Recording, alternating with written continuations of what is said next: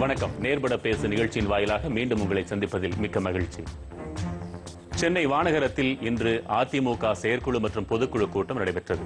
அதில் காவிரி நீர் மற்றும் மின்சாரத்தை பெற தமிழக அரசு உச்சநீதிமன்றத்தில் தொடர்ந்து போராடும், சில்லறை வர்த்தகத்தில் நேரடி அந்நிய முதலீட்டிற்கு தமிழக அரசு தொடர்ந்து எதிர்ப்பு தெரிவிக்கும், மருத்துவ படிப்பில் அகில இந்திய அளவில் பொது நுழைவுத் தேர்வு என்ற கொள்கையை மத்திய அரசு மாற்ற வேண்டும், தமிழக அரசு கேபிள் நிறுவனத்திற்கு டிஜிட்டல் ஒளிபரப்பு உரிமத்தை மத்திய அரசு உடனடியாக வழங்க வேண்டும், தேசிய வளர்ச்சிக்குழு கூட்டத்தில் போதிய அளவு நேரம் ஒதுக்காமல் தமிழக முதலமைச்சரை அவமானப்படுத்தியதற்கு மத்திய அரசுக்கு எதிராக கண்டனம் போன்ற பல தீர்மானங்கள் நிறைவேற்றப்பட்டன.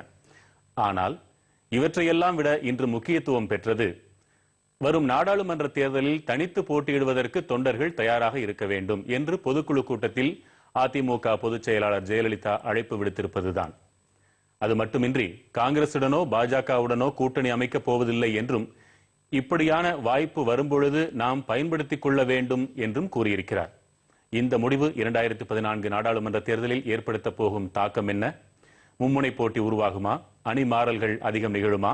நாடாளுமன்ற தேர்தலில் கூட்டணி இல்லாமல் சமாளிக்க முடியுமா? அடுத்து ஆட்சி கனவில் இருக்கும் பாரதிய ஜனதா கட்சி மீண்டும் ஒருமுறை தமிழகத்தில் தனித்து விடப்பட்டிருக்கிறதா?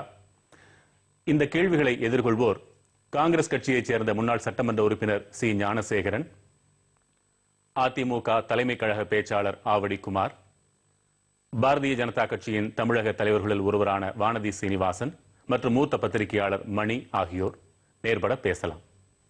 வணக்கம். திரு ஆவடி குமார், தனித்தே போட்டி பாரதிய ஜனதா கட்சி கூட்டணியோ காங்கிரஸ் கூட்டணியோ நம்ப தகுந்தது அல்ல, தமிழ் மாநிலத்திற்கு நலனிற்கு எதிரானது, 40லும் தனித்து போட்டியிடுவோம் என்றெல்லாம் அவர்கள் சொன்னதாக செய்திகள் வருகின்றன. நீங்கள் செயற்குழு பொதுக்குழு கூட்டத்தில் கலந்து கொண்டவர், இவையெல்லாம் இப்படித்தான் சொல்லப்பட்டதா? தமிழகத்தை பொறுத்தளவில் தொடர்ந்து மத்திய அரசாங்கமும் காவிரி பிரச்சனையை பொறுத்தவரையில் கர்நாடக அரசாங்கமும் தொடர்ந்து பாதிப்பையும் தமிழகத்திற்கு நஷ்டத்தையும் இழப்பையும் ஏற்படுத்தி கொண்டு வருகின்றன. இந்த சூழ்நிலையில் இன்றைய பொதுக்குழு செயற்குழுவில் புரட்சி தலைவி அம்மா அவர்கள் மிக தெளிவாக சொன்னார். அதாவது இன்னைக்கு இந்தியாவில் இருக்க அரசியல் சூழ்நிலையில 2 அணிகள் இருக்கு. ஒன்று என்டிஏ, இன்னொன்று யூபிஏ. 2 அணிகளை சார்ந்த ஆட்சிகளும் தமிழ்நாட்டுக்கு இழப்பை ஏற்படுத்துகின்றன. எந்த உதவியும் செய்யவில்லை. நமக்கு நியாயமா கிடைக்க வேண்டிய உரிமை கூட கிடைக்க விடாம தடுக்கிறாங்க. ஆக இந்த 2 அணியிலையும் நம்ம சேர முடியாது. அனைத்து இந்திய அண்ணா திராவிட முன்னேற்ற கழகம் இவங்களோட எந்த உறவையும் வச்சுக்கக்கூடிய சூழ்நிலையில் 2 கட்சிகளும் தமிழ்நாட்டுக்கு உதவி செய்யல. அதனால இந்த 2 அணியும் இல்லாத பட்சத்தில் அனைத்து இந்திய அண்ணா திமுக கழகமே நேரடியா தேர்தலில் 40 இடத்திலையும் போட்டியிட்டு, பாண்டிச்சேரி உட்பட 40 இடங்களிலும் போட்டியிட்டு, நாம 40 இடத்தை தமிழ்நாட்டினுடைய உரிமையை மீட்பதற்காக இந்த 40 இடத்தை பிடிக்கணும். ஆக இந்த 40 இடத்தை வச்சுட்டு இருந்தா இந்திய அரசியல்ல தமிழ்நாட்டினுடைய உரிமையை நம்ம பெற முடியும். இது நோக்கம். இன்னொன்னு, நீங்க சொன்னதுலயே ஒரு இறுதியான தீர்மானம், 25வது தீர்மானம், அடுத்த பிரதமர் தேர்தலில் அதிமுகவினுடைய பொதுச் செயலாளர் புரட்சி தலைவி அம்மா அவர்கள் பிரதமர் வேட்பாளராக அதிமுக முன்னெடுத்து செல்லுகிறது. அதுக்கான முயற்சியில் ஈடுபடுகிறது. அதனுடைய முயற்சியின் முதற்கட்டம் தான் 40 இடங்களிலும் அனைத்து இந்திய அண்ணா திராவிட முன்னேற்றங்களும் போட்டியிட போகிறது. தொடர்ந்து பேசலாம். திருமதி வானதி சீனிவாசன், இதை நீங்க எப்படி பாக்குறீங்க? தொண்டர்களுக்கு ஒரு உற்சாகத்தை ஏற்படுத்த வேண்டும் என்பதற்காக மட்டும் இது பேசப்படக்கூடியதா? தேர்தல் வரும்பொழுது இதில் மாற்றம் இருக்கும் நினைக்கிறீங்களா? அதாவது அரசியல் சூழ்நிலை அப்படின்னு சொல்லிட்டு ஒரு வார்த்தை அந்த அம்மா தெளிவா சொல்றாங்க. இன்று இரு துருவங்களாக இருக்கக்கூடிய அரசியல் சூழ்நிலை. இதுல காவிரி பிரச்சனை என்பதை ஒரே ஒரு புள்ளியாக வைத்துதான் பிஜேபி காங்கிரஸ், அது கூட அவங்க பேசும்போது பாத்தீங்கன்னு சொன்னா, கர்நாடகத்திலே இருக்கக்கூடிய காங்கிரஸ் அமைச்சர்கள் அவர்கள் மட்டுமல்ல, அங்க இருக்கக்கூடிய பாஜகவினுடைய முதலமைச்சர், இவர்கள் எல்லாம் ஒன்றாக சேர்ந்து எம்பிக்கள் பிரதமரை பார்க்கிறார்கள். அங்க இருக்கக்கூடிய ஒற்றுமை, பாஜகவும் காங்கிரசும் கர்நாடகத்திலே இருக்கக்கூடிய ஒற்றுமையான நிலையை பார்க்கும் பொழுது இந்த இருவரும் நமக்கு இங்கு உதவி செய்யவில்லையே, இந்திய அரசியல் சூழ்நிலையில் இந்த இருவரையும் விட்டால் மிகப்பெரிய சக்திகளாக இருப்பது வேற கட்சிகள் இல்ல. அதனால நாம 40 சீட்டை வச்சோம்னு சொன்னா காவிரி நீரை எப்படி தமிழகத்துக்கு பெற்று தருவது அப்படிங்கிற அடுத்த விளக்கத்தை அவங்களால அதுல சொல்ல முடியல. ஏன்னா சொல்லவும் முடியாது. ஏனென்று கேட்டால் அடுத்து அமையக்கூடிய ஆட்சி என்பது எப்படி இருக்கும், அதிலே இந்த 40 எம்பிக்களுடைய பங்கு என்ன, அதில் அதிமுகவினுடைய பலம் எப்படி இருக்கும் அப்படிங்கறத பத்தி எல்லாம் இன்றைய சூழ்நிலையில அதை அனுமானிக்க முடியாது. என்னை பொறுத்தவரை, அதாவது பாரதிய ஜனதா கட்சியை பொறுத்தவரை நாங்கள் இந்த சூழ்நிலையை அமைதியாக கவனிக்கிறோம். கூடவே இன்னொரு விஷயத்தை அந்த அம்மா சொல்றாங்க. நாம ஒற்றுமையா இருந்து இந்த தேர்தல்ல நிக்கணும், அதாவது கதையெல்லாம் சொல்றாங்க. இதையெல்லாம் தொடர்ச்சியா பார்க்கும் பொழுது இது தொண்டர்களை ஒற்றுமையாக செயலிலே இறங்க வைப்பதற்கான ஒரு பேச்சாக பார்க்க முடிகிறதே தவிர அரசியல் களத்திலே கூட்டணியை பற்றி ஒரு இறுதி முடிவு எடுக்கக்கூடிய உரையாக எங்களால் அதை பார்க்க முடியவில்லை.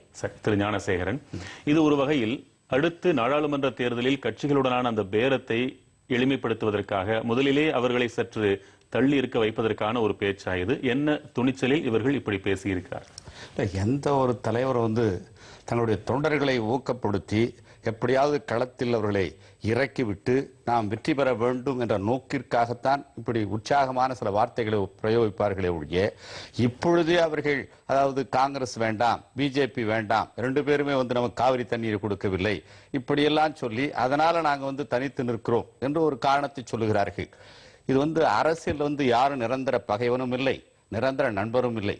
ஏதோ 1991 பார்த்தீர் என்று சொன்னால் அண்ணா திராவிட முன்னேற்ற கழகத்தோடு அதே அம்மையாரோடு நாங்கள் கூட்டு சேர்ந்தோம். பெரும்பான்மையை 2 கட்சியும் சேர்ந்து வென்றது, முதலமைச்சர் ஆனார்கள். அப்பதான் முதலமைச்சர் ஆகிறாங்க.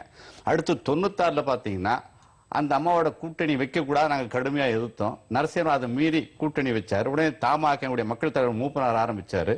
உடனே திருப்பி பார்த்தீங்கன்னா நாங்கள் திருப்பி உங்களுக்கு ஒரு தடவை எதிர்க்கிறோம், ஒரு தடவை வரும். அந்த மாதிரி ஒரு சூழ்நிலை அந்த அம்மா எப்பவுமே காலத்துக்கேற்ப கூட்டணியில் அமைத்துக் கொண்டிருப்பதை நாம் பார்த்திருக்கிறோம். இப்ப பாத்தீங்கன்னா இவங்க காவிரி தண்ணீரை பிஜேபி கொடுக்கல, இல்லாட்டி அங்க இருக்கிற காங்கிரஸ் கவர்மெண்ட் சென்ட்ரல் இருக்கிறது கொடுக்கல அப்படின்னு ஒரு காரணத்தை சொல்றாங்க. ஏன் இவங்க 40 ஜெயிச்சா மட்டும் தண்ணி கொண்டாந்துட முடியுமா? தண்ணி கொண்டு அது காரணம் இன்னைக்கு மாநிலம் தழுவிய கருத்துக்கள், ரீஜனல் அவுட்லுக் எல்லா மாநிலத்திலும் வந்துருச்சு. முதல்ல காங்கிரஸ் மட்டுமே ஆண்டு கொண்டிருந்த காலத்தில் பார்த்தீர்கள் என்று சொன்னால் அங்கு பிரதமர் சொன்னால் இங்கே இருக்கக்கூடிய முதலமைச்சர் கேட்கக்கூடிய ஒரு சூழ்நிலை இருந்தது. ஆனா நாள் ஆக காலம் கடக்க பாத்தீங்கன்னா மத்திய சுப்ரீம் கோர்ட் தண்ணி விடுன்னு சொன்னப்போ SM கிருஷ்ணா காங்கிரஸ் கட்சியை சேர்ந்தா அங்க முதலமைச்சர் தண்ணி விடியான்னா அவர் நான் தண்ணீர் விட மாட்டேன், என்னுடைய முதலமைச்சர் பதவி வேண்டுமானால் ராஜினாமா செய்து என்று சொல்லி ராஜினாமா செய்துட்டு ஓடியவர் தான். காரணம் அந்த இடத்துல இவர் தண்ணி விட்டாருன்னா அவர் அந்த இடத்துல ஒரு ஓட்டு வாங்க முடியாது. காரணம் இன்னைக்கு ரீஜனல் அவுட்லுக் மாநிலம் தழுவிய அந்த கருத்துக்களுக்கு பொழுது முக்கியத்துவம் கிடைத்துவிட்ட காரணத்தினாலே ஆங்காங்க இருக்கக்கூடிய மாநில கட்சிகள், அது காங்கிரஸாக இருந்தாலும் சரி அல்லது பிஜேபியா இருந்தாலும் சரி, ஏன் முல்லை பெரியார் எடுத்துங்க, முல்லை பெரியாரை நீங்க எடுத்துக்கொண்டாலும் கூட அங்க இருக்கக்கூடிய அதாவது கம்யூனிஸ்டும் காங்கிரஸும் இணைஞ்சு தண்ணி விட மாட்டேன்னு சொல்லி தகராறு பண்ணி வேற அணை கட்டுன்னு சொல்றாங்க. ஆனால் அதே ஒற்றுமை இப்ப இவங்க சொல்றாங்க. இப்ப வானதி சொன்னது மாதிரி பாத்தீங்கன்னா இவங்க நம்ம பிஜேபியும் உதவல, அதே போல காங்கிரசும் உதவல, இந்த காங்கிரஸ் அதாவது இந்த காவிரி பிரச்சனையில அப்படின்னு சொல்லக்கூடியவர்கள் அங்க பாத்தீங்கன்னா பிஜேபி காங்கிரசும் ஒன்னா நின்று அது ஒற்றுமையோடு அவர்கள் தண்ணீர் விடக்கூடாது என்று விடாப்புடியா இருக்காங்க. அதே மாதிரி உங்களுக்கு கேரளாவில் முல்லை பெரியார்ல 2 பேரும் கம்யூனிஸ்டும் அதே போல காங்கிரசும் ஒன்னா இருந்து தண்ணி விடக்கூடாது, வேற அணை கட்டணுங்கிறாங்க. ஆனால் தமிழகத்திலே ஒரு நாகரிகம் எப்படி தலைகீழாக மாறி போய்விட்டது. இன்றைக்கு இதே முதலமைச்சர் திராவிட முன்னேற்ற கழகத்தினுடைய எம்பிக்களையும் அதே போல காங்கிரஸ் எம்பிக்களையும் ஒன்றாக அழைத்து சென்று பிரதமரிடம் கோரிக்கை விட தயாரானவர்கள் இவர்களால் ஒன்றா சேரவே மாட்டாங்க. அப்ப நீங்கள் சொல்வது இந்த நாடாளுமன்ற தேர்தலை தனித்து சந்திப்பதற்கு கூறும் இது ஒரு சாதாரண காரணம் அப்படின்னு சொல்றீங்க. என்னுடைய கேள்வி, ஆக அவர் தான் சொன்னதை செய்ய மாட்டார் அப்படின்னு உறுதியா சொல்றீங்களா? அதாவது தனிச்சு நிற்கிறது அவருடைய உரிமை, அதை நாங்க ஒன்றும் சொல்ல முடியாது.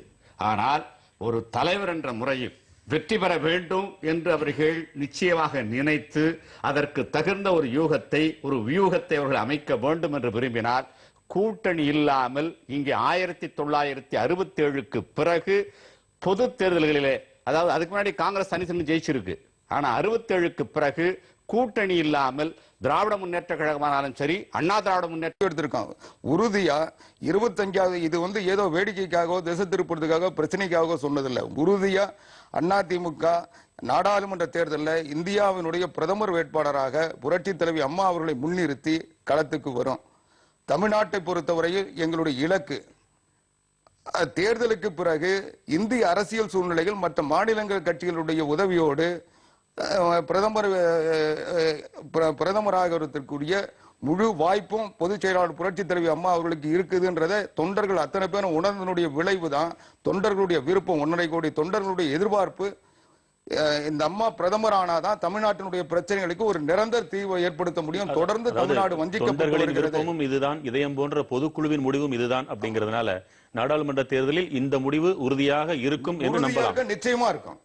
அதுல ஒரே ஒரு கருத்து, நம்ம சகோதரர் ஞானசேகரன் அவர்கள் பேசும்போது ஒரு கருத்தை சொன்னார். இன்னைக்கு வந்து கர்நாடகாவில் எல்லாம் ஒற்றுமையா இருக்காங்க, அங்க பாரதிய ஜனதா இருந்தாலும் காங்கிரஸ் இருந்தாலும் ஒற்றுமையா இருக்காங்க, கேரளாவில் காங்கிரஸும் கம்யூனிஸ்டுகளும் ஒற்றுமையா இருக்கிறாங்க. ஆக தேசிய கட்சிகள் அந்தந்த மாநிலங்கள் அந்த மாநில பிரச்சனைகளுக்காக அந்த பிரச்சனைகளை மட்டும் மையமா வைத்து அரசியல் பண்றாங்க. ஆனா தமிழ்நாட்டிலையும் பெருந்தலைவர் காமராஜர் காலத்தில் அந்த நிலைமை இருந்தது. அன்னைக்கு இருந்த மத்திய அமைச்சர்கள் வெங்கட்ராமனாக இருந்தாலும் சி சுப்பிரமணியமாக இருந்தாலும் தமிழ்நாட்டினுடைய தேவையை அறிந்து தமிழ்நாட்டின் பிரச்சனையை வந்து தெரிஞ்சுக்கிட்டு அந்த மாநில அரசாங்கம் கேட்கறதுக்கு முன்ன அந்த தமிழ்நாட்டுக்கு தேவையான அத்தனை உதவிகளும் செஞ்சாங்க. ஆனா இன்னைக்கு இருக்கிற மத்திய அரசாங்கம் அல்லது மத்திய அமைச்சர்கள் தமிழ்நாட்டிலிருந்து போனவங்க யாருமே எதுவுமே செய்யறது இல்ல. அது தவறு. சரி, இப்போ இன்னைக்கு வந்து நம்ம தொடர்ந்து பேசலாம். தொடர்ந்து பேசலாம். மன்மோகன் சிங்கும் சரி மற்ற அமைச்சர்களும் தண்ணீர் உடன் தான் சொல்றாங்க. வாசன் கூட பாத்தீங்கன்னா பல அறிக்கை விட்டாரு, அதாவது தண்ணி உடன். ஆனா தண்ணீர் நாம பிரதமர் சொன்னாலையும் அல்லாட்டி தமிழ்நாட்டை சார்ந்த மத்திய அமைச்சர் சொன்னாலும் அங்க இருக்கக்கூடிய இடையூறப்ப விட தயாரல்ல. அதுக்கப்புறம் இப்ப இருக்கிற ஷட்டர் விட தயாரல்ல. அதுதான பிரச்சனை. சுப்ரீம் கோர்ட் சொல்லி விட மாட்டேங்கிறானே. தொடர்ந்து பேசலாம். ஒரு சிறிய இடைவேளைக்கு பிறகு நேர்பட பேசு தொடர். எந்த விஷயங்களும் இந்த அரசாங்கத்தில்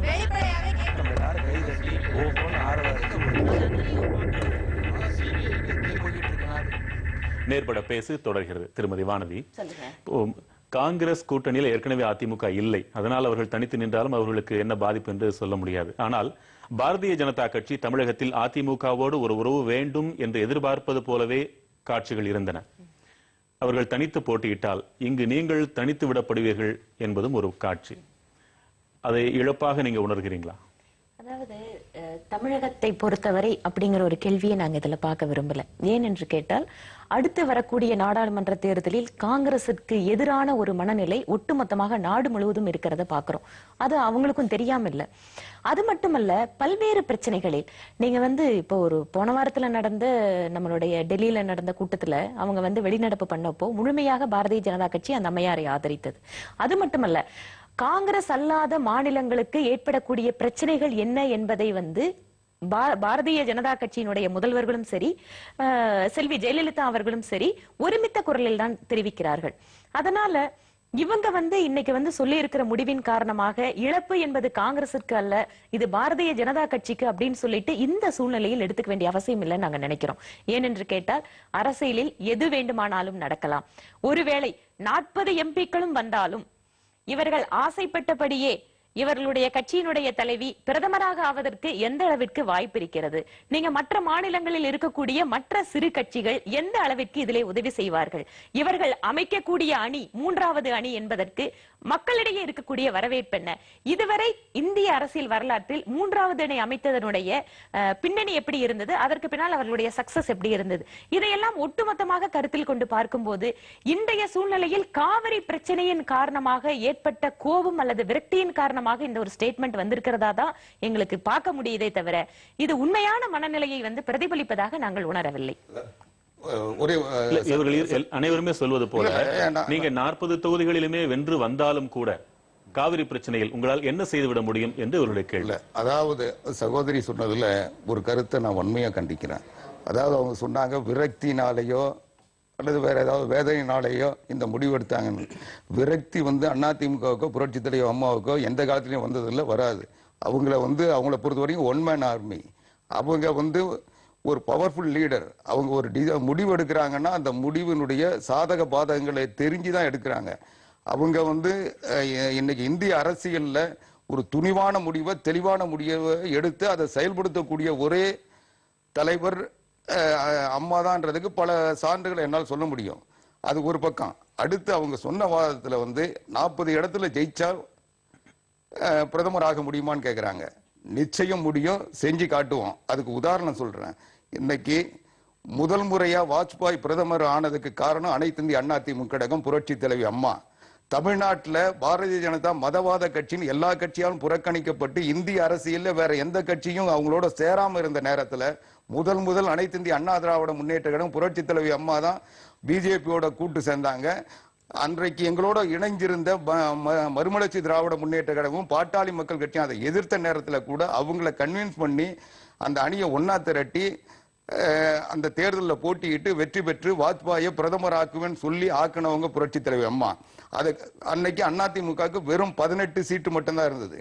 18 சீட்டை வச்சுட்டு வாஜ்பாயை பிரதமர் ஆக்குனாங்க.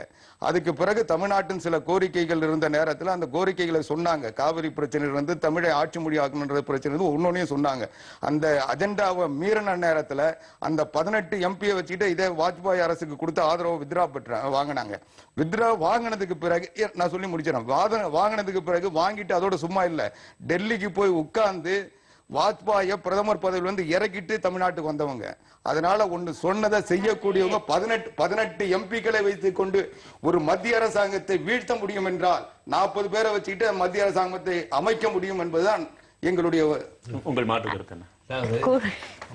குமார் சொல்றது வந்து அதிமுக கூட்ட மேடைகள்ல நல்லா இருக்கும். ஆனா இவ்வளவு எம்பிக்களை வைத்திருக்கக்கூடிய ஒரு கட்சி கூட்டணி அரசியலை பற்றி அனைவரும் நன்றாக புரிந்துதான் வைத்திருக்கிறார்கள். என்று கூட காங்கிரஸ் கட்சிக்கு அதிகமான எம்பிக்கள் நாடாளுமன்றத்தில் இருந்தாலும் கூட அவர்கள் மற்றவர்களுடைய ஆதரவு தேவைப்படுகிறது.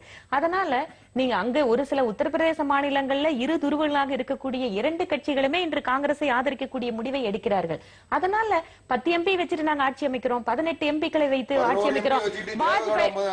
அதுதான் சொல்றேன். அந்த அரசாங்கம் பிரதமர் ஆட்சி அமைக்கிறதுன்றதோ பிரதமர் ஆகிறதோ ரொம்ப சுலபங்க. நீங்க சொல்ற மாதிரியே சரிங்க, நான் ஒத்துக்கிறேன். நீங்க சொல்ற மாதிரியே ரொம்ப சுலபமா இருக்கு. பட் அந்த அரசாங்கம் எப்படி நடைமுறையில் இருந்தது அப்படிங்கிற ஒரு உதாரணத்தை நாம பார்க்கணும். இந்த மாதிரி சிறிதாக சில கட்சிகளை சேர்த்து கொண்டு நடத்தக்கூடிய அரசாங்கம் என்பது எவ்வளவு நாள் நீடித்திருந்தது அப்படிங்கறத ஒரு பக்கம் பார்க்கணும். அவர்களால் என்ன தீவிரமான முடிவை எடுக்க முடிந்தது அப்படிங்கறதையும் பார்க்கும்போது ஒட்டுமொத்தமாகவே அது ஒரு தோல்வி அடையக்கூடிய முடிவுகளாகத்தான் நம்ம இதுவரைக்கும் பார்த்துட்டு இருக்கிறோம். அதனால இது பேசுறதுக்கு உற்சாகப்படுத்துறதுக்கு நல்லா இருக்கும். 10 எம்பி வச்சுட்டு நாங்க பிரதமரை முடிவு பண்றோம், அப்ப வேணா பிஜேபிக்கு எம்பியே இல்லாம நீ உங்களோட முடிவுனால அப்படி ஆனது அர்த்தம் இல்ல. அதாவது கூட்டணி அரசியலில் ஒரு குறிப்பிட்ட கட்சி வாபஸ் வாங்கும் போது அரசாங்கம் தவறா புரிஞ்சுக்கிட்டீங்க. நாங்க தேர்தலை சந்திக்கிறதுக்கு தனியா சந்திப்போம் சொன்னோம். அது உங்க உரிமைங்க, தாராளமா அது உங்க விருப்பம். யாரும் கட்டாயப்படுத்த முடியாது. நாங்க தனியாவே ஆட்சி அமைச்சிரோம்னு சொல்லல. தேர்தலை சந்திக்கிறதுக்கும் ஆட்சி அமைக்கிறதுக்கும் வித்தியாசம் இருக்கு. ஆக ஒரு 3வது அணி உருவாகும் என்பது இப்ப உறுதியா. 3வது அணி இல்ல, தேர்தல்ல தனியா இருப்போம். தேர்தலுக்கு பிறகு அந்த சூழ்நிலைக்கு தக்கவாறு இதைதான் நாங்களும் சொல்றோம். அதாவது தேர்தலை பத்தி தான் பேச்சு. தேர்தல்ல நாங்க தனியா போட்டிடுவோம். காலங்காலமாக கட்சிகள் செய்கின்ற விஷயங்கள் மக்களை ஏமாற்றும் விஷயங்களாக மக்கள் பார்ப்பது என்னவென்றால், தேர்தலின் போது தனித்து என்று சொல்லிவிட்டு தேர்தலுக்கு பிறகு கூட்டணிகளை உடைப்பதும் சேர்ப்பதும் என்றால் பிறகு எந்த இல்ல. எங்களுடைய நோக்கத்தை நாங்க தெளிவா சொல்லியிருக்கோம். எங்களுடைய தீர்மானங்களை முழுமையா படிச்சீங்கன்னா உங்களுக்கு நல்லா தெரியும். ஒவ்வொரு பிரச்சனைகளும் மத்திய அரசாங்கம் தமிழ்நாட்டுக்கு செய்ய வேண்டிய நியாயமான காரியங்களை செய்யாம இருக்கு. அதை நான் சொல்லி முடிச்சிடறேன். அதை செயல்படுத்தலன்னா அந்த இடத்துக்கு தமிழ்நாட்டில இருந்து ஒருத்தர் போனாதான் அது முடியும். இதுவரைக்கும் இந்தியா சுதந்திரம் பெற்று 66 வருஷம் ஆச்சு. 66 வருஷத்தை தமிழ்நாட்டில இருந்து யாரும் பிரதமர் ஆனதில்லை. அதனுடைய பாதிப்பு தான் இன்னைக்கு தமிழ்நாடு அனுபவிச்சுட்டு இருக்கு.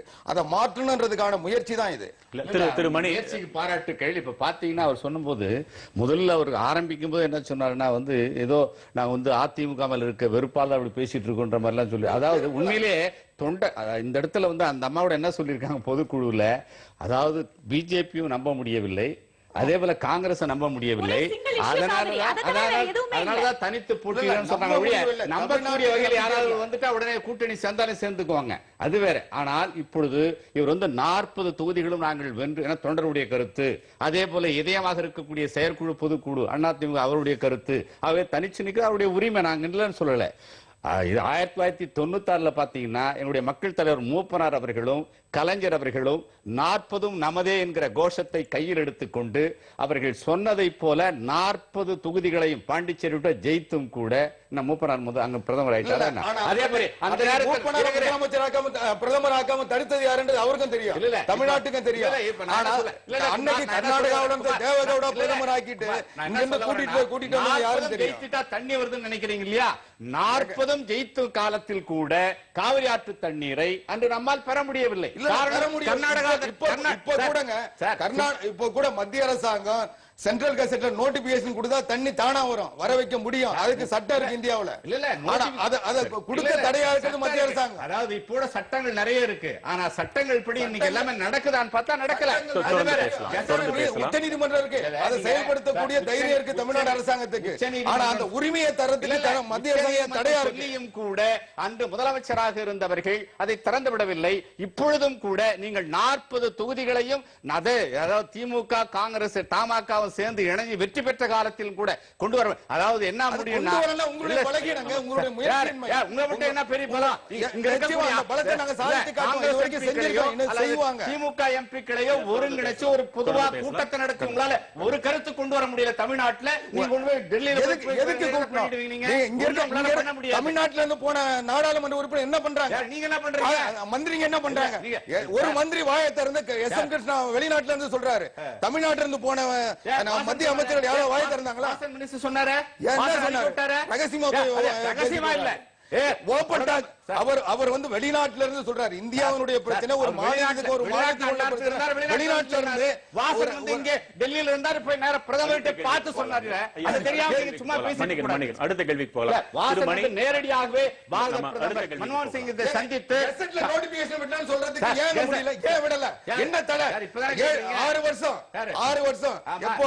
2000 5ஆம் தேதி சென்ட்ரல் 1.5 வருஷம் ஆச்சு இந்த அம்மா ஆட்சிக்கு வந்து ஒண்ணு என்ன பண்ணாங்க? இப்போ கெசட் நோட்டிபிகேஷனுக்காக இன்னைக்கு போராடிட்டு இருக்கோம்.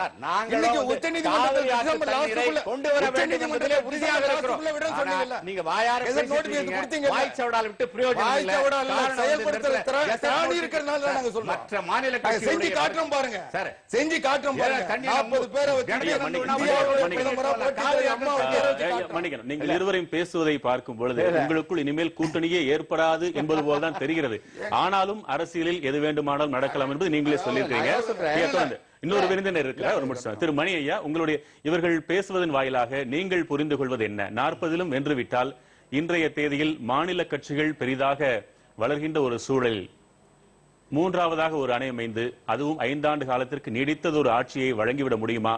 மாநிலங்களின் பிரச்சனைகளை மாநிலங்களே தீர்த்துக் கொள்ளும் ஒரு சூழ்நிலை அமையுமா? நீங்க வெங்கட் ஒரு விஷயம் புரிஞ்சுக்கணும். அதாவது வந்து சென்னைக்கு வெளியில பாத்தீங்கன்னா 18 மணி நேரம் மின்வெட்டு நிலவக்கூடிய ஒரு சூழலில் எந்த தைரியத்தில் அவர்கள் தனித்து நிற்போம் 40 இடங்களையும் வெல்வோம் என்று கூறுகிறார்கள் என்று எனக்கு புரியவில்லை. இது வந்து யதார்த்தமா நம்ம பேசணும். ஒரு மாநில கட்சியோட அவங்களோட ரெஸ்ட்ரிக்ஷன்ஸ் அவங்களோட வரையறைகள் என்னன்றது எல்லாருக்குமே தெரியும். 1980 இருந்து பாத்தீங்கன்னா 2009 வரைக்கும் கிட்டத்தட்ட 9 நாடாளுமன்ற தேர்தல்களில் கூட்டணி இல்லாமல் நின்று அதிமுக எத்தனை இடங்களை வெற்றி பெற்றது என்று ஆவடி குமார் கூறினால் அது நன்றாக இருக்கும். தொடர்ந்து பேசலாம். ஒரு சிறிய இடைவேளைக்கு பிறகு நேர்பட பேசு தொடரும். எந்த விஷயங்களும் இந்த அரசாங்கத்திடம் நேர்பட பேசு தொடர்கிறது. உங்களுடைய பதில சொல்லி முடிச்சிருக்காங்க. இப்போ குமார் அவர்கள் சொன்னது போல பாத்தீங்கன்னா இதுல வந்து அதாவது 40 தொகுதிகளும் அதிமுக வெற்றி பெற்று விட்டால் ஜெயலலிதா அவர்கள் தான் பிரதமர், ஆகவே காவிரி ஆற்று தண்ணீரை கொண்டு வந்து விட முடியும் என்கிற கருத்தில் அவர்கள் கூறுவார். அதனால்தான் தனித்து நிற்பதாக சொல்லுகிறார்கள். தனித்து நின்றால் பொதுவாக 40 தொகுதிகளையும் வென்ற வரலாறு திராவிட முன்னேற்ற கழகம் தமாக கூட்டணிக்கு ஏற்கனவே இருந்தது, வலியுறுத்தினோம். இப்ப கூட பாத்தீங்கன்னா தமிழ்நாட்டில் இருக்கக்கூடிய 40 எம்பிக்களும் பாண்டிச்சேரி உட்பட எல்லோருக்கும் காவிரி ஆற்று தண்ணீரை உடனடியாக கொண்டு வர வேண்டும், கெசட் நோட்டிபிகேஷன் உன்னை கெசட் பண்ணி ஆகணும் அதை அப்படின்ற கருத்து தான் எல்லாருக்கும். ஆனா இந்த 40 பேரையும் தமிழகத்தினுடைய முதலமைச்சராக இருக்கிறவர்கள் 40 பேரையும் ஒன்றாக சேர்த்து கொண்டு போய் இவர்கள் பாரத பிரதமரிடம் வலியுறுத்தி இருக்கலாம். ஆனால் இதுவரை திராவிட முன்னேற்ற கழகம் காங்கிரஸ் எம்பிக்களுடைய அந்த கூட்டத்தையே நம்முடைய முதலமைச்சர் அவர்கள் கூட்டவில்லை. இப்பொழுதே அதாவது தமிழ்நாட்டில் இருக்கக்கூடியவர்களே இணைக்க முடியாதவர்கள் எதிர்காலத்தில் நார்த் இந்தியா அதாவது வட இந்தியாவிலோ மற்ற பகுதிகளில் இருக்கக்கூடிய நூற்றுக்கணக்கான எம்பிக்களை இவர்கள் எப்படி ஒன்று சேர்த்து இவர்கள் காவிரி ஆற்று தண்ணீரை கொண்டு வர முடியும் என்பதை நாம் பார்க்க வேண்டும். இரண்டாவது, இப்பொழுது மின்வெட்டு இவர்கள் தமிழ்நாட்டில் 40 ஜெயித்து விட்டால் எல்லாமே தமிழ்நாட்டுக்கு வந்து தமிழ்நாடு தனி நாடாக இந்தியாவிலிருந்து பிரிந்து இருந்தால் தான் இவர்கள் சொல்வதெல்லாம் நடக்க முடியும். அப்போ காவிரி ஆற்று தண்ணீரை கொண்டாட முடியாது. அப்போ மின்வெட்டு இருக்கு. இன்னைக்கு 18 மணி நேரம் மின்வெட்டு. இந்த 18 நேரம் மின்வெட்டை சமாளிக்க வேண்டும் என்று சொன்னால் இவர்கள் டெல்லியிலே அதாவது அப்பொழுது பயன்படுத்தப்படாமல் இருக்கக்கூடிய மின்சாரத்தை எங்களுக்கு கூட என்று கேட்கிறார்கள். ஆகவே மற்ற மாநிலங்களுடைய உதவிகள் நமக்கு தேவைப்படுகிற போது, ஒருங்கிணைந்த ஒரு நாடாக இந்தியா இருக்கிற போது இது சாத்தியமல்ல.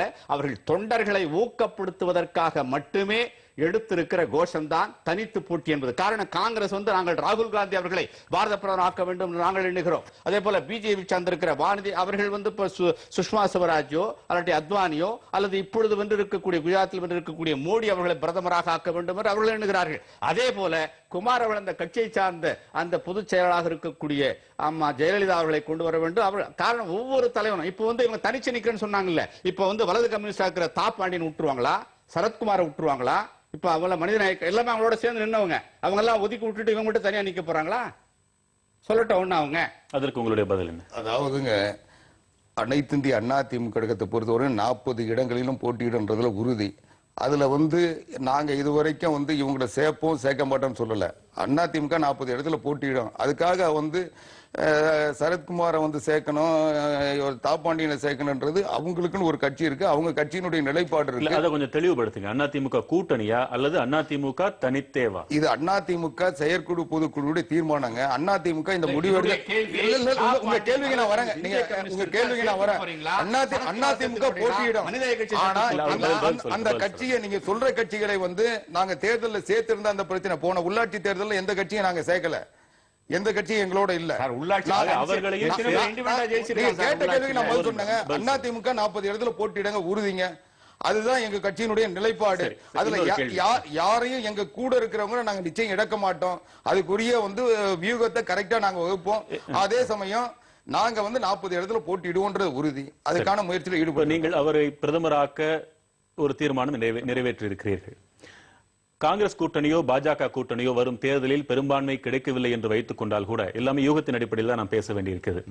அதிமுக 40 தொகுதிகளையும் வென்றெடுத்தாலும் கூட மற்ற மாநில கட்சிகள், வலுவான மாநில கட்சிகள் உங்களை ஏற்றுக்கொண்டால் ஒழிய அந்த கனவு நனவாகாது என்பது உங்களுக்கு உறுதிதான்? இல்ல, அதாவது நீங்க சொல்றதனுடைய நோக்கம் எனக்கு புரியுது.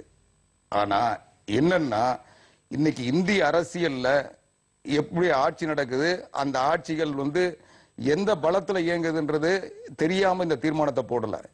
இந்தியாவில் இன்னைக்கு ஆட்சி மத்திய அரசாங்கத்தை பொறுத்த வரைக்கும், மத்திய அரசாங்கம் யாரும் மக்கள் ஆதரவோட இன்னைக்கு இருக்கிற அரசாங்கம் உட்பட எந்த அரசாங்கமும் இப்ப இருக்கிறது அமையறது இல்லை. இன்னைக்கு கூட இந்த சில்லறை வணிகத்தில் அந்நிய முதலீட்ட தீர்மானத்தை எப்படி ஜெயிக்க வச்சாங்க? ஆதரவோடையா? எல்லா கட்சிகளும் உடன்பட்டா ஓட்டு போட்டுது. ஆதரிச்ச திமுக அங்க போய் ஓட்டு போடுது. அதுதான் அரசியல். நீ கூட ஓட்டுவாங்க, நீங்க மக்களா ஓட்டு போட லஞ்சம் கொடுத்தா ஓட்டுவாங்க நாங்க சொல்ல முடியுமா? நீங்க லஞ்சம் கொடுத்து ஓட்டு வாங்கினாங்க.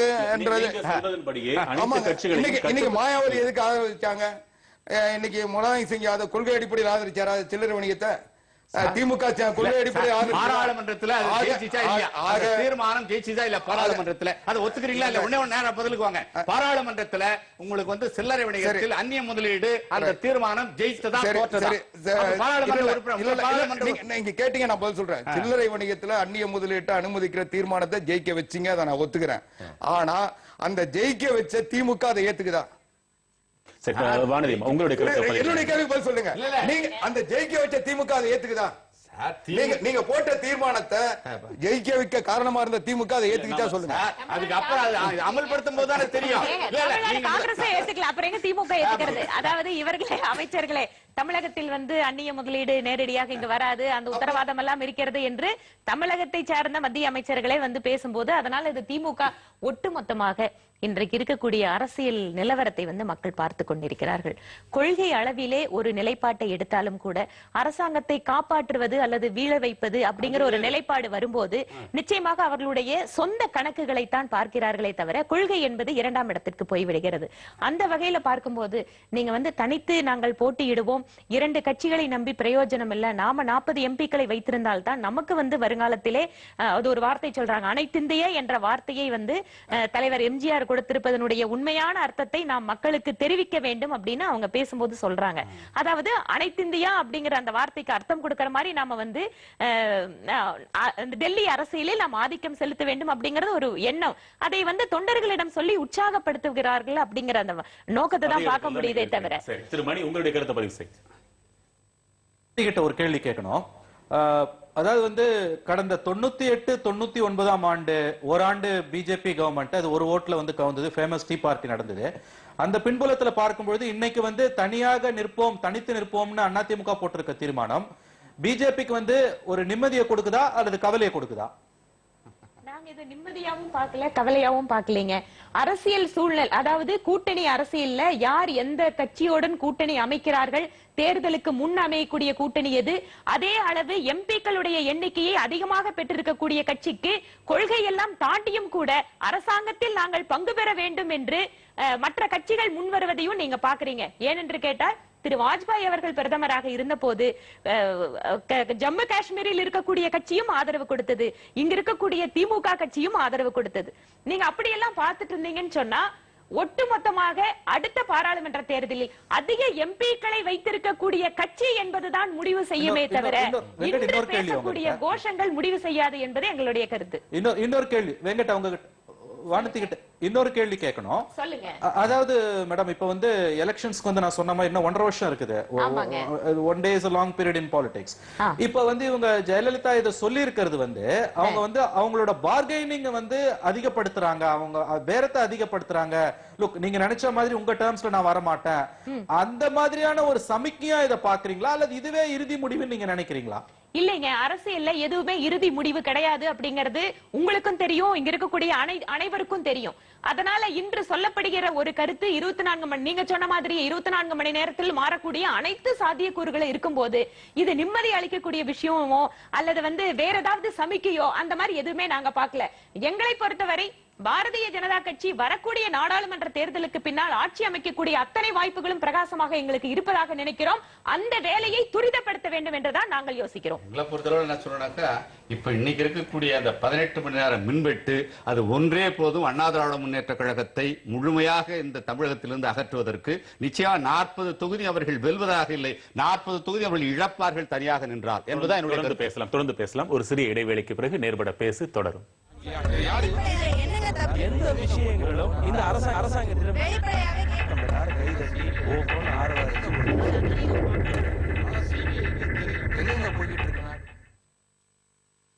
நேர்பட பேசு தொடர்கிறது. திருமதி வானதி, இப்ப நிதிஷ்குமார், மம்தா, முலாயம் சிங், நவீன் பட்நாயக் என்று மாநில ஆளுமைகள் பெரிதாகிக் கொண்டே வருகின்றன. ஒரு கட்டத்தில் இவை அனைத்தும் ஒன்று சேர்ந்து இன்றைக்கு காங்கிரசுக்கு பெரிய தலைவலிகளாக கூட இந்த மாநில கட்சிகள் திகழ்கின்றன. ஒன்று சேர்ந்து விட்டால் வேறு வழியில்லாத ஒரு சூழலில் பாஜகவும் தமிழக முதல்வர் ஜெயலலிதா அவர்கள் பிரதமராவதற்கு ஆதரவு தெரிவிக்கின்ற ஒரு சூழ்நிலை வந்தால் முடிவு என்னவாக இருக்கும்? இது வந்து ஒரு யூகம். இப்படி எல்லாம் நடந்தால் இப்படி வருமானு, ஒருவேளை அப்படி ஒரு சூழ்நிலை வரும்போது பாரதிய ஜனதா கட்சி தன்னுடைய நிலைப்பாட்டை தெரிவிக்கணும் தான் நான் சொல்ல முடியுமே தவிர இப்போதைக்கு அது நடந்தால் இது சாத்தியமா? ஒருவேளை செல்வி ஜெயலலிதா அவர்களை விட அதிகமான எம்பிக்களை வைத்திருக்கக்கூடிய ஒரு நபர் பிரதமருக்கு ஆசைப்படுகிறார் அல்லது செல்வி மம்தா பானர்ஜி அவர்கள் ஆசைப்படுகிறார்கள், இதையெல்லாம் நடக்கக்கூடிய சாத்தியம் இந்திய அரசியலிலே இருக்கிறதா? இவர்கள் பிரதமர் ஆவதற்கு அவர்களுடைய ஆதரவு எந்த அளவுக்கு முழு மனதோடு இருக்கும்? அவர்களுக்கென்று இருக்கக்கூடிய பிரச்சனைகள் என்ன? நேத்து வந்து ஒன்று சேர்வதற்கான வாய்ப்பு இருக்குன்னு சொல்றீங்களா, இல்லவே இல்லைன்னு சொல்றீங்க? இல்ல, இவர்கள் ஒன்று சேர்ந்தாலும் கூட அரசியலில் ஒரு நீடித்த நிலைத்த ஒரு அரசாங்கத்தை கொடுப்பது என்பது சந்தேகம். ஏனென்றால் கடந்த கால சூழ்நிலைகளும் அரசியல் வரலாறுகளும் இதைத்தான் சொல்கின்றன சொல்றேன்.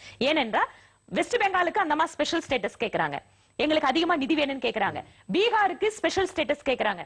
சத்தீஸ்கருக்கு அவர் சொல்றாரு, எனக்கு வந்து இந்த மாதிரி போலீஸை வந்து வச்சுட்டு ஒரு நியூ விஷயங்கள் எல்லாம் எதுவுமே இல்லாம என்னால கண்ட்ரோல் பண்ண முடியாது, நக்சலோட ப்ராப்ளத்தை என்னால ஹேண்டில் பண்ண முடியாதுங்கிறாரு. அது மாதிரி ஒவ்வொரு மாநிலத்துக்கும் என்று இருக்கக்கூடிய சில சிக்கலான பிரச்சனைகளை வைத்துக் கொண்டு இது மட்டுமே பிரதமர் ஆகும் போது இந்த பிரச்சனை எங்களால் தீர்க்க முடியும் அப்படின்னு சொல்றது நடைமுறையில் சாத்தியமா அப்படிங்கறத யோசிக்கணும். ஒருவேளை இவர்களுடைய கட்சியினுடைய தலைவி பிரதமர் ஆனாலும் கூட தண்ணீரை திறந்து விட வேண்டியது கர்நாடகத்தினுடைய அரசாங்கம். ஒரு பிரதமர் தன்னுடைய அதிகாரத்தை பயன்படுத்தி தண்ணீரை திறக்க முடியும் என்றால் அப்கோர்ஸ் இன்னைக்கு இருக்கிற பிரதமர் சொல்லி அவரோட மினிஸ்டரே கேட்கறது இல்ல, அதனால அடுத்த முதலமைச்சர் வந்து கேட்கிறாராங்கன்னு சொல்ல முடியாது. இந்திய ஒருமைப்பாட்டு இருக்கக்கூடிய சூழ்நிலையில் அரசியலமைப்பு சட்டத்தின்படி ஒரு பிரதமர் அவருக்கென்று இருக்கக்கூடிய தனிப்பட்ட அதிகாரத்தை பயன்படுத்தி அடுத்த மாநிலத்தை வந்து நிர்பந்திக்க முடியுமா? அது எந்த அளவுக்கு சாத்தியம்? 356வது பிரிவை எந்த நேரங்களில் பயன்படுத்த முடியும்? இந்த மாதிரி பல சிக்கலான விஷயங்கள் நிறைய இருக்கு. அதனால அதையெல்லாம் நம்ம ஒவ்வொன்னா பார்க்கும் பொழுது 40 எம்பிக்கள் ஒருவேளை தனித்து நின்று எந்த கூட்டணியும் இல்லாமல் ஜெயித்தாலும் கூட இவர்கள் நினைக்கின்ற விஷயத்தை சாதிக்க முடியுமா என்பது சந்தேகம். தமிழகத்தில் அவர்களோடு கூட்டணி இயலவில்லை என்றாலும் அதற்காக நீங்கள் வருத்தப்பட போவதில்லைன்னு சொல்லியிருக்கீங்க. இது வருத்தப்படுறதுக்கோ அல்லது வந்து சந்தோஷப்படுறதுக்கான விஷயமா இதை நாங்க பார்க்கல. நீங்க சொல்லுங்க. வெங்கட், இப்ப இவங்க 2 பேருக்குமே தேசிய கட்சிகள் வந்திருக்கக்கூடிய 2 நண்பர்களுக்குமே என்னுடைய ஒரு கேள்வி. மேலும் பாத்தீங்கன்னா இந்தியாவில வந்து பிராந்திய கட்சிகள் தான் இந்தியாவை ஆளக்கூடிய சூழல் வந்து ரொம்ப வலுவா வந்துகிட்டு இருக்குது. ஆகவே இந்த சூழல்ல வந்து பிராந்திய கட்சிகளுக்கு வந்து அவர்களுக்குரிய அந்த லார்ஜர் ரோல கொடுக்கறதுக்கு இவங்க 2 பேருமே தயாரா இருக்காங்க. இதுல வந்து வானதி கிட்ட வந்து என்னால வந்து என்னன்னா அவங்க வந்து பிஜேபி வந்து ஓரளவு அகாமடேட்டிவா தான் இருக்காங்க, எல்லாரும் அரவணைச்சு போறதுல. ஆனா காங்கிரஸுக்கு வந்து அந்த பக்குவம் இன்னும் வர மாதிரி தெரியல. ஆகவே அந்த லார்ஜர் ரோல கொடுக்கறதுக்கு அவங்க தயாரா இருக்காங்களா? குறிப்பா தமிழ்நாட்டுல 2 பிராந்திய கட்சிகளுக்குமே ஒன்னும் பெரிய ரோல் கிடையாது, பெரிய அளவுல அவங்க தனியா நின்று ஜெயிக்க போறது கிடையாது. அப்படி இருக்கும்போது ஜெயலலிதாவோட இன்றைய ஸ்பீச்சை ஒத்து பார்க்கும் பொழுது இவங்க 2 பேருமே வந்து புதியதாக வரக்கூடிய அந்த சூழலுக்கு தங்களை தயார்படுத்திட்டு இருக்காங்களா? இது நான் 2 பேருக்கும் வைக்கிற கேள்வி. இல்ல இதுல வந்து உங்களுக்கு மத்திய அரசு என்னென்ன செய்ய முடியுமோ அவற்றையெல்லாம் செஞ்சுக்கிட்டு தான் இருக்கு. ஆனால் அது வந்து சட்டப்படியும் மற்றபடியும் செய்யக்கூடிய சாத்தியக்கூறு. நீ காவிரி ஆத்து தண்ணியை விடணும்னு சொன்னா அங்க இருக்கிறவங்க விட முடியாது. நான் தான் ஏற்கனவே மாநில கட்சிகளுடைய ஆதிக்கம், மாநில அரசனுடைய ஆதிக்கம் அங்க இருக்கிற காரணம் தண்ணி விட வேண்டியது. அவங்க தான் வானதி சொன்ன மாதிரி நீங்க என்ன இல்லாட்டி என்ன பண்ணணும், கெசட் நோட்டிபிகேஷன் கொடுத்து அதுக்கப்புறம் நீங்க மிலிட்டரி எங்கேயாவது என்கேஜ் பண்ணி மிலிட்டரிக்காரன் போய் உட்காந்து தான் திறந்து விடணும். அதுக்கப்புறம் லா அண்ட் ஆர்டர் கொஸ்டின் எப்படி வரும் எது ஒன்று என்ன பொறுத்தளவுல இது 40 ஜெயித்தால் மட்டுமே இந்த பிரச்சனை சாதிக்க முடியும். இதை விட அதிகமான தொகுதிகளை கொண்டிருக்கக்கூடிய அதாவது உத்தரப்பிரதேசத்தில் இருக்கக்கூடிய மாயாவதியோ முலாயம் சிங்கோ ஒருவேளை அவர்கள் அதிகமான எம்பி சீட்டுகளை பெற்று விட்டால் கூட அவர்கள் பிரதமராக கூட சொல்ல முடியாது. காரணம் இதை விட டபுள் மடங்கு அங்க இருக்கக்கூடிய எம்பி சீட்டுகள். அந்த எம்பி சீட்டுகள் அவங்க வென்றாலும் கூட வர முடியாது. காரணம் அந்தந்த சூழ்நிலையில் அது எப்படிப்படும் எப்ப வரும் அன்னைக்குத்தான் அதை கணிக்க முடியுமே ஒழிய பிரச்சனைகளை நாம் சாதிக்க வேண்டும் என்று சொன்னால் அதை நிச்சயமாக சால்வ் செய்ய வேண்டும் என்று சொன்னால் அது அன்றைக்கு சூழ்நிலை தான் பயன்படுமே ஒழிய இப்ப 40 ஜெயித்தால் நாங்கள் தண்ணீரை கொண்டு விடுவோம், நாங்கள் டிஜிட்டல் உரிமையை பெற்று விடுவோம். டிஜிட்டல் உரிமை பெறாத காரணம் என்ன? இன்னைக்கு வந்து அரசாங்கம் வந்து உண்மையிலேயே வந்து ஆளக்கூடிய பணியை மட்டும்தான் செய்ய வேண்டும். வானதி கிட்ட ஒரு கேள்வி கேட்கணும். ஸ்பெசிபிக் ஒரு क्वेश्चन பிசினஸ் சொல்வாங்க. ஒரு நிமிடம் நிறைவு செய்யுங்க. பிசினஸ் அதாவது வந்து ஒரு அரசு என்பது ஆளுகிற பணியை தான் செய்ய வேண்டும் ஒழிய இன்னைக்கு மணல் வியாபாரம், டாஸ்மா வியாபாரம், இன்னைக்கு போல டிஜிட்டல் வியாபாரத்துக்கு வந்துட்டாங்க. இது நீ ஆட்சியை ஒழுங்கா மின்சாரம் கொடுக்கணும், அதை கொடுக்குறீங்களா? இல்லாட்டி நீங்க பால் கட்டணத்தை உயர்த்திட்டீங்க, பஸ் கட்டணத்தை உயர்த்திட்டீங்க, மின் கட்டணத்தை உயர்த்திட்டீங்க, எல்லாத்தையும் உயர்த்திட்டு இன்னைக்கு பொதுமக்கள் வந்து இன்னைக்கு விவசாயிகள், அதே போல நெசவாளர்கள், மாணவர்கள் எல்லாருமே பாதிக்கப்பட்டிருக்கிறார். எதை கொடுக்க வேண்டுமோ எதை செய்ய வேண்டுமோ அதை செய்யாமல் நீங்கள் அதை விட்டு விட்டு நாங்கள் தனித்து நிற்போம், நாங்கள் 40 ஜெயித்து நாங்கள் காவிரி தண்ணீரை கொண்டு வந்துள்ளோம் என்றெல்லாம் சொல்லிக் கொண்டிருப்பது இதெல்லாம் வந்து கோஷமாக இருக்கலாம், தொண்டர்களை ஊக்கப்படுத்துவதாக இருக்கலாமே. தொண்டர்களை ஊக்கப்படுத்துவதற்காகத்தான் இந்த பேச்சு உங்கள் நிறைவு கருத்து வச்சிருக்கீங்க. உங்களுடைய அடுத்த கேள்வியை கேளுங்க. வானதி கிட்ட என்னோட ஒரு முக்கியமான கேள்வி மேடம், நான் வந்து கேட்க விரும்புறது என்னன்னா, பாரதிய ஜனதா கட்சிக்குன்னு ஒரு நேஷனல் இன்டகிரேஷன் பத்தி, தேசிய ஒருமைப்பாடு பத்தி, யூனிட்டி பத்தி ஒரு குறிப்பிட்ட பார்வை இருக்குது. அந்த பார்வையின் அடிப்படையில பார்க்கும் பொழுது மேடம், நம்ம பிராந்திய கட்சிகள் வந்து வலுப்பெறுவது, அசெட் பண்றது, அவங்களோட பவர்ஸ் அசெட் பண்றது, அது வந்து ஒரு ஆரோக்கியமானதுன்னு நீங்க நினைக்கிறீங்களா? இல்லைங்க, நிச்சயமா ஆரோக்கியமானது கிடையாது. ஏனென்று கேட்டால் ஒவ்வொரு பிராந்தியத்திலுமே இந்த அளவுக்கு பிராந்திய உணர்வு மேலோங்கி பிராந்திய கட்சிகள் வளர்வதற்கான ஒரு சூழ்நிலையை அமைத்து கொடுத்தது வந்து காங்கிரஸ் கட்சி. அதுல வந்து மாற்று கருத்து யாருக்கு இல்லைங்க. நான் சொல்லி முடிச்சேன். இங்க பாருங்க, இந்த மதவாதங்கிற வார்த்தையை தவிர பிஜேபி சொல்றதுக்கு வேற எதுவுமே கிடையாது. அதுதான் ஒரே ஒரு விஷயம்.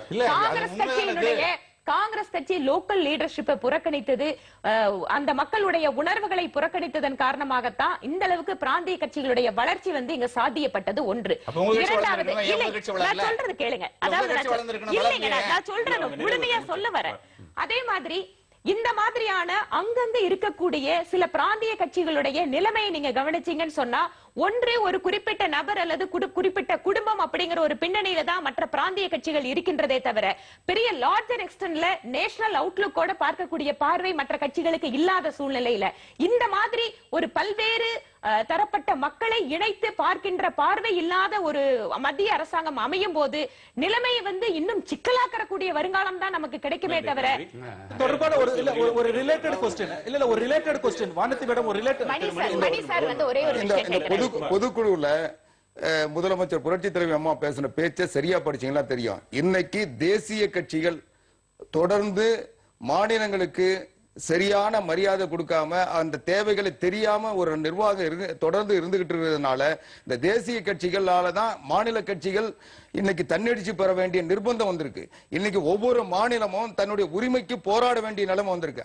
அதன் அடிப்படையில் பார்க்க சொல்ல தமிழ்நாட்டினுடைய உரிமைக்கு போராடணும்னா நிலைநிறுத்தணும்னா தமிழ்நாட்டினுடைய கட்சி தன்னுடைய தனித்தன்மையை காட்டி 40 இடங்களை வெற்றி பெற்றால்தான் அந்த வெற்றி பெற்றதுக்கு பிறகுதான் அவர் பேசல நான் குறுக்கிடல. நான் நிறைவு கருத்தை சொல்லணும்னு சொன்னீங்க. அதுக்கும் வாய்ப்பு தராம இப்படி பேசிட்டு இருந்தா அப்புறம் என்ன கூப்பிட வேண்டிய அவசியம் இல்ல. அதாவது தமிழ்நாட்டை பொறுத்த வரைக்கும் தொடர்ந்து ஒரு சாதாரணமா இன்னைக்கு அஸ்ஸாம்ல இருக்கிற மின்சாரத்தை தமிழ்நாட்டுக்கு கொண்டு வர முடியாது. ஆனா இது மகாராஷ்டிரா கொண்டு போலாம், உத்தரப்பிரதேச கொண்டு போலாம். ஏன் தமிழ்நாட்டில் சதர்ன் கிரிட்ஜை மட்டும் இது மத்த நேஷனல் கிரிட்ஜோட இணைக்காம வச்சிருக்காங்க? ஏன் தமிழ்நாட்டை மட்டும் புறக்கணிச்சு வச்சிருக்காங்க? 65 வருஷம் யார் தடையா இருந்தது? மின்சார இணைப்பு கொடுக்கறதுக்கு ஏன் முடியல? இங்க இருக்கிற நெய்வேலி மின்சாரத்தை கொண்டு போக முடியுது, அங்க இருக்கு. அதே மாதிரி காவிரி பிரச்சனையை 31ஆம் தேதிக்குள்ள இந்த டிசம்பர் எண்டுக்குள்ள கெசட் நோட்டிபிகேஷன் கொடுக்கணும்னு மத்திய அரசாங்கம் உத்தரவாதம் தந்தது. கர்நாடக அரசாங்கம் ஏத்துக்குச்சு. இந்த பிரச்சனைகள் இன்னும் தடை நீங்கள் தனித்து நிற்பதன் மூலமாக இந்த பிரச்சனைகள் எல்லாம் தீரும் நீங்க சொல்ல வரீங்க. உங்களுடைய கருத்துக்கு நன்றி. நேரமின்மை காரணமாக நிறைவு செய்ய வேண்டியிருக்குது. ஐயா மிக்க நன்றி. உங்களுடைய கருத்து மிக்க நன்றி. மற்றும் ஒரு நேர்பட பேசு நிகழ்ச்சியின் வாயிலாக மீண்டும் சந்திக்கலாம். வணக்கம்.